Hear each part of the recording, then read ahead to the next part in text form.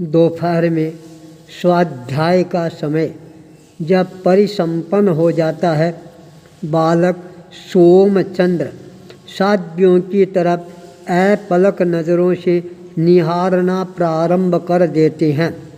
साध्वियों ने बालक के आँखों में झांकते हुए देखा। आँखों का जो प्रकाश है, आँखों का जो पानी है, वह सबको अपनी ओर आकर्षित करता हुआ नजर आ रहा था। माता जब अपने पुत्र को अपलक नज़रों से साध्वियों को निहारते हुए देखती है, वह आश्चर्यचकित रह जाती है। यह बालक इतना छोटा है, फिर भी किस तरह से एकाग्र चित्त होकर साध्वियों को देख रहा है। माता का मन पुलकित होना प्रारंभ हो जाता है। जब स्वाध्याय परिसंपन्न हो जाता है, साध्वियाँ उठकर अपने अपने काम के अंदर व्यस्त होने प्रारंभ हो जाती है। माता बाहर देवी भी अपने पुत्र सोमचंद्र को अपने गोदी में उठाकर अपने घर की तरफ रवाना होना प्रारंभ कर देती है। उस समय साध्वियों की मुख्य साध्वी ने बाहर देवी को आवाज़ लगाते हुए कहा, बोल, स्वाध्याय के अंदर आनंद और मज़ा आया या नहीं आया। यह बात सुनकर बाहर देवी ने कहा, साध्वी श्री जी, मेरे को तो आनंद आया या नहीं आया, मज़ा आया या नहीं आया, मैं नहीं कह सकती, पर मेरा ये जो 2 बरस का बालक सोमचंद्र है, इसको बहुत ही आनंद और मज़ा आया है। यह मेरे को साक्षात अनुभूति हो रही है। यह बात सुनकर साध्वियों के चेहरे पर भी मुस्कान तैरनी प्रारंभ हो जाती है। साध्वियों ने कहा, देख बहन, जब तक हम धोलका में उपाश्रय में प्रवास करते हैं, तब तक प्रतिदिन दोपहर के समय ये आगम का स्वाध्याय है, ये अनवरत रूप से चलता रहेगा। तुम स्वयं स्वाध्याय श्रवण करना, साथ के अंदर अपने पुत्र सोमचंद्र को भी स्वाध्याय के समय के अंदर अवश्य ही लेकर आने का प्रयास करना। यह बात सुनकर बाहर देवी ने निवेदन किया, साध्वी श्री जी, मैं आपकी सेवा उपासना का पूरा लाभ उठाने का प्रयास करूँगी। घर का काम है, मैं थोड़ा जल्दी निपटाने का प्रयास करूँगी, पर स्वाध्याय के समय तो आपके उपाश्रय में हरगिज उपस्थिति देने का ही प्रयास करूँगी। इतना विश्वास दिलाकर बाहर देवी अपने घर की तरफ रवाना हो जाती है। बच्चे का मुंह पीठ के पीछे की तरफ था और उसका ध्यान केवल उपाश्रय पर ही टिका हुआ था। जब तक उपाश्रा आंखों से ओझल नहीं हो जाता है, तब तक बालक उधर ही देखता रहता है। घर पर पहुंचने के बाद बालक है, वह अपने आप ही ध्यान अवस्था में अपने आप को अवस्थित करना प्रारंभ कर देता है।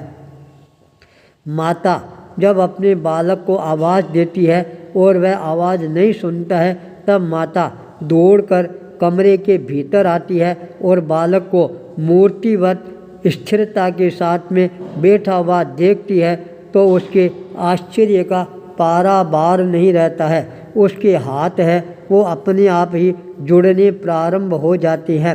मन में विचार करना प्रारंभ कर देती है, क्या बात है, यह बालक आगे जाकर कोई योगी के रूप में प्रतिष्ठित होगा क्या। देखो किस तरह से प्रतिमा की तरह अटल है, अचल है, अकंपित है, हिलने और डुलने का नाम ही नहीं ले रहा है। माता के मन के अंदर अपने पुत्र के प्रति और ज़्यादा श्रद्धा और विश्वास का भाव है जागृत होना प्रारंभ हो जाता है। अपने पुत्र को बहुत ही अच्छे ढंग से रखना प्रारंभ कर देती है। समय समय पर प्रवचन श्रवण करने के लिए भी साथ में ले जाती है और बालक भी प्रवचन के समय न रोता है न चिल्लाता है, चुपचाप साध्वियों का प्रवचन है वह श्रवण करने के लिए अपने आप को तल्लीन बनाना प्रारंभ कर देता है। दोपहर के समय जब स्वाध्याय का क्रम प्रारंभ होता है उससे पूर्व बालक के शरीर के अंदर एक नई हलचल पैदा होनी प्रारंभ हो जाती है। वह अपनी माँ को बार बार इशारा करता रहता है, अब हमारा टाइम हो गया है शादियों के वहाँ पर जाने का। बालक के इशारे को समझकर माँ भी अपने आप को तत्काल तैयार करना प्रारंभ कर देती है। बालक को भी अच्छी तरह से तैयार करके अपने साथ के अंदर ले जाना प्रारंभ कर देती है। बालक जब साध्वियों के द्वारा जो स्वाध्याय होता है उसका उच्चारण किस तरह से किया जाता है, अर्थ का विवेचन किस तरह से किया जाता है, वह सारा का सारा अपने कानों के माध्यम से सुनकर अपने हृदय के अंदर उतारना प्रारंभ कर देता है। बालक स्वाध्याय के क्रम को और ज़्यादा गंभीरता के साथ श्रवण कर रहा था। अचानक उसका जो पैर है वह थोड़ा सा आगे हो जाता है। जो ही पैर आगे होता है, साध्वियों में जो सबसे बड़ी साध्वी थी, जो ज्योतिष शास्त्र की बहुत बड़ा ज्ञान रखने वाली थी, जिसको लक्षण शास्त्र के साथ के अंदर हस्तरेखा ज्ञान और पैर की रेखाओं का ज्ञान है, यह भी बहुत ही तरलता गंभीरता के साथ के अंदर उन्होंने कर रखा था। जो ही बालक का पैर है आगे आता है, साध्वी जी का ध्यान बालक के पैर की पगथली पर केंद्रित हो जाता है। अचानक पैर के अंदर एक उभरती हुई रेखा साध्वी श्री जी को नजर आती है, जो अंगूठे के पास से निकलती है और पूरी सीधी नीचे की ओर जा रही है। उस रेखा को देखते ही साध्वी जी की आंखों के अंदर एक नई चमक है, वह अपने आप ही आनी प्रारंभ हो जाती है। वह अपने मन में चिंतन करना प्रारंभ कर देती है, मैंने हजारों बच्चों के हाथ देखे हैं, पैर देखे हैं, पर ऐसी रेखा मैंने आज तक अपने जीवन के अंदर नहीं देखी है। ऐसी रेखा जिस व्यक्ति के पैर में होती है वह चक्रवर्ती राजा से कम नहीं हो सकता है, पर यह केवल मंत्री के घर पर ही जन्म लिया है। क्या मेरा ये हस्तरेखा का ज्ञान है, यह अधूरा है? तभी भीतर से आवाज़ आती है, नहीं, यह अधूरा ज्ञान नहीं है, यह तेरा संपूर्ण ज्ञान है। इस बालक के पैर के अंदर जो ऊर्ध्व रेखा है, पद्म रेखा है, यह संकेत प्रदान कर रही है, यह बालक आगे जाकर धर्म चक्रवर्ती के रूप के अंदर इस संसार के अंदर अपने आप को प्रतिष्ठित करने वाला बनेगा।